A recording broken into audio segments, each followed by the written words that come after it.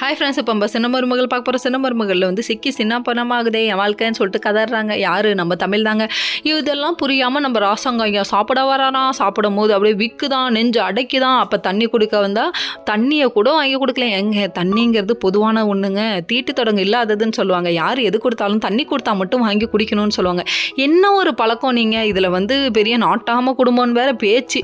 அதெல்லாம் இந்த மீசக்கார நண்பனுக்கு ரொம்ப ரோஸ் அதிகம்டா சாமி, முடியலடா அப்படிங்கிற மாதிரி தான் இருக்குது. வீராப்பெல்லாம் ஒதுக்கி வச்சுட்டு பையனோட வாழ்க்கை இதேங்கிறத பாருங்க, ஏன் அதை பார்க்க மாட்டேங்கிறீங்க அப்படிங்கிற மாதிரி ஆச்சு. வீட்டில் உள்ள எல்லாரும் இதான் சான்ஸ்ன்னு தமிழை பிடிச்சி திட்ட உடனே வேலைக்காரியாக தாண்டி வச்சிருக்கோம், வெளியே போடி அப்படின்ட்டாங்க.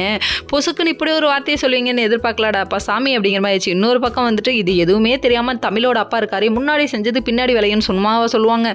முன்னாடி தப்பான காரியத்தை பண்ண பின்னாடி அதெல்லாம் வந்து வினையா முடியுதுங்க. அதாவது உங்களுக்கும் சம்மந்தி வீட்டுக்கும் அப்படி பயங்கர ஃபைட் ஆயிடுச்சுன்னு கேள்விப்பட்டேன். எங்கள் பணத்தெல்லாம் கொடுங்கன்னு கேள்வி கேட்குறாங்க. ஐயோயோ மாட்டிக்கிட்டுமே அப்படின்னு சொல்லிட்டு இவரு ஒரு பக்கம் யோசிக்க ஆரம்பிச்சிட்டாரு. இன்னொரு பக்கம் நம்ம சேது வந்து பகல்லையே குடிக்க ஆரம்பிச்சிட்டாரு. என்னப்பா நீ இப்படி ட்ரிங்க்ஸுக்கு அடிக்டட் ஆகிட்ட, இப்படிலாம் இருக்கக்கூடாதுப்பா அப்படிங்கிற மாதிரி ஆயிடுச்சு. காசு கொடுத்து வாங்கிட்டு சொன்னா நீ என்ன நினச்சாலும் நான் வாங்கிட்டு வர மாட்டேன் அப்படின்னு சொல்லிட்டாங்க. வாங்கிட்டு வரலங்கிறதுக்காக கோவப்படுறாங்க. போஸ் உடனே ஊற்றி கொடுக்க பிளான் பண்ணுறாரு. நீ நல்லா வருவாடா அப்படிங்கிற மாதிரி தான் இருக்குது. இது பத்தாதுக்கு அப்பாவும் பிள்ளையும் சேர்ந்து குடிக்கிறாங்களாமா. ராசாங்க ஐயாவும் வந்துட்டு மனசு வலிக்குதுரா அப்படிங்கிறாராமா. என்ன மனசு வலி? Okay friends, next